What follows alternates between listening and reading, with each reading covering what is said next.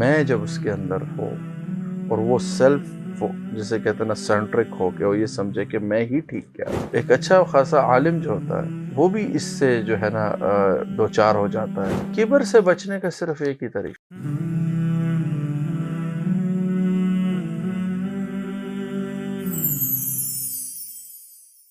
السلام علیکم ورحمۃ اللہ۔ وعلیکم السلام ورحمۃ اللہ۔ سامو بھی آج کے سیشن میں ہم نے بات کرنی ہے ایروگنس کے بارے میں، اور اگر ایروگنس کے اس ٹاپک کو آپ تھوڑا بریک ڈاؤن کر لیں ہمارے لیے۔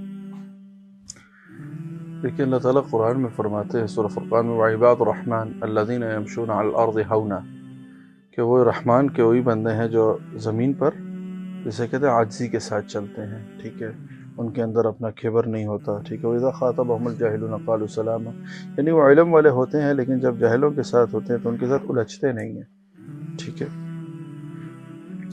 اور کبر جو ہے یہ صرف اللہ کو زیب دیتا ہے۔ اچھا، اس کی وجہ کیا ہے؟ کیونکہ وہ ہر چیز پر قادر مطلق ہے، وہ ہر چیز کو کرنے کی صلاحیت رکھتا ہے، وہ آپ کو اور مجھے جسے کہتے ہیں جیسے چاہے ویسے کر سکتا ہے ہمارے ساتھ، اور کسی بھی چیز کو کسی بھی امر کو کرنے میں وہ کسی کا محتاج نہیں ہے، اور وہ کسی نہ وقت کا محتاج ہے نہ کسی حال کا محتاج ہے، بس وہ جو چاہے کر دیتا ہے۔ فَإِذَا أَرَادَ شَيْئًا أَن يَقُولَ لَهُ كُن فَيَكُونُ۔ تو جو کبر ہے یہ انسان کی ایک ایسی برائی ہے کی جڑ ہے کہ جو ہر برائی کو اس کے اندر پختہ کر دیتی ہے۔ انسان کے اندر برائیاں ہونا اس کے ضعف پر جسے کہتے ہیں استدلال کرتا ہے، لیکن انسان جب کبر کو اختیار کر لیتا ہے، انسان جب کبر میں مبتلا ہو جاتا ہے تو سب سے بڑا جو اس کے لیے مشکل پیدا ہوتی ہے وہ فسق ہے۔ جیسے ہم نے پہلے بات کی، قرآن میں اللہ فرماتے ہیں یضل به کثیرا ویہدی به کثیرا وما یضل به الا الفاسقین، اس سے فاسق ہے۔ اب فاسق کا معاملہ کیا ہوتا ہے؟ فاسق کے اچھا 3 درجے سے کہے جاتے ہیں۔ ایک درجہ یہ ہے کہ وہ کبیرہ گناہ کرتا ہے، اس کا مرتکب ہوتا ہے، لیکن وہ خاموش رہتا ہے، کسی کو اس کا ذکر نہیں کرتا۔ ایک درجہ ہے کہ وہ گناہ کرتا ہے اور اس کو ترک کرنے کا خیال نہیں رکھتا۔ ایک ہے گناہ کرتا ہے، اس پر اکڑتا ہے اور اس پر جو ہے نا جسے کہتے ہیں استدلال بھی کرتا ہے، فخر بھی کرتا ہے، اور اس کے جسے کہتے ہیں نا حجتیں بھی پیش کرتا ہے۔ یہ فسق کی سب سے خطرناک اسٹیج ہے جو انسان درجہ بدرجہ اس طرف جاتا ہے، اور یہ صرف اور صرف انسان اپنی کبر کی وجہ سے، ایروگنس کی وجہ سے ادھر جاتا ہے۔ اچھا، ایروگنس آنا کیا ہے انسان کے اندر؟ کہ میں ٹھیک ہوں۔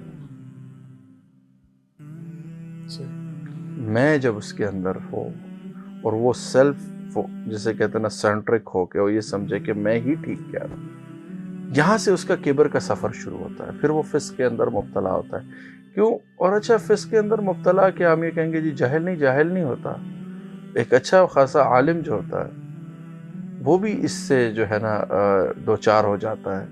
آپ دیکھیں گے کئی بڑے اہل علم ایسے لوگ تھے جن کا تاریخ میں نام تھا، لیکن کبر کی وجہ سے جسے کہتے ہیں اللہ نے ان سے اس چیز کو زائل کر دیا۔ اچھا، کبر کیا کرتا ہے؟ آپ کے مائنڈ کو اسٹل کر دیتا ہے، نیرو کر دیتا ہے۔ آپ کو ایک چیز جو آپ کو صرف ٹھیک دکھ رہی ہے وہ آپ کو اسی طرف صرف مائل کرتا ہے،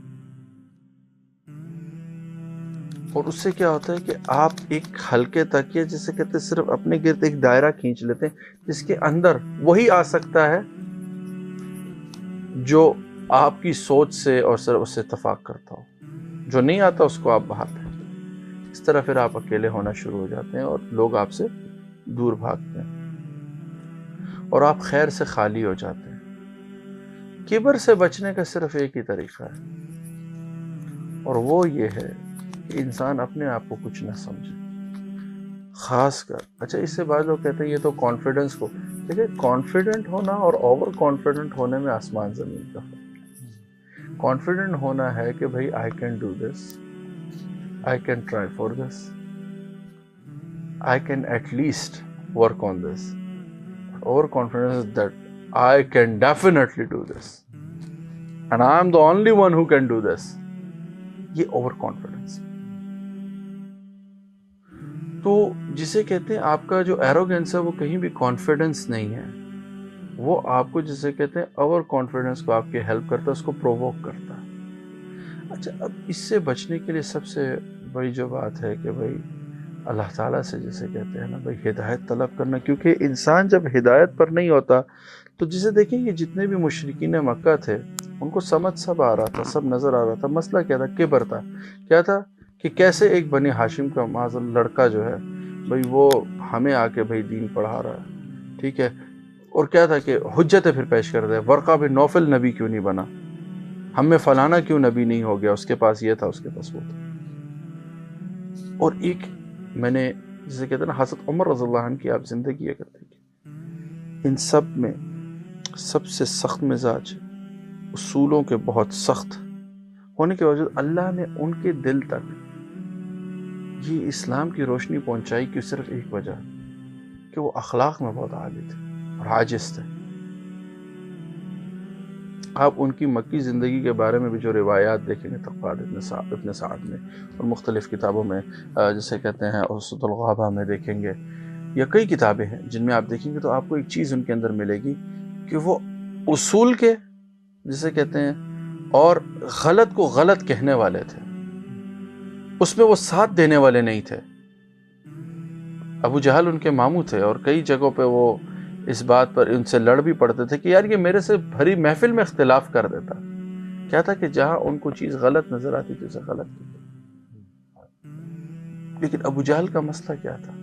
وہ ابو جہل بنا کیوں ابو الحکم سے؟ اور اس کو وہ دعا کیوں اس کے حق میں قبول نہیں ہوئی کہ جب دو عمر مانگ رہے ہیں، عمر ابن حشام اور عمر ابن الخطاب، تو عمر ابن الخطاب کے حق میں دعا قبول کیوں؟ بہت سوچ، صرف ایک اخلاق کے بہت عالی تھے اور عاجز تھے، جس کی وجہ سے اللہ نے ان کو ایک درجہ دیا اور وہ کیا پھر عمر سے عمر فاروق بن گئے۔ تو تکبر سے بچنے کے لیے سب سے بڑی کہ اللہ سے ہدایت طلب کرتے رہنا اور ہدایت ہمیشہ مانگتے، اور دوسرا کہیں بھی آپ اپنے ضعف کو قبول کر، ایک انسان ہے نا آپ ضعیف ہو سکتے ہیں، آپ مسٹیک کر سکتے ہیں، آپ کے اندر کمزوری ہے، اس کو ریئلائز کرتے ہوئے ہر بندہ ٹھیک ہو سکتا ہے۔ پھر آپ کے اندر یہ ریئلائزیشن خود بخود ڈیولپ ہوگی کہ وہ بھی ٹھیک کہہ سکتا ہے، وہ بھی ٹھیک کہہ سکتا ہے۔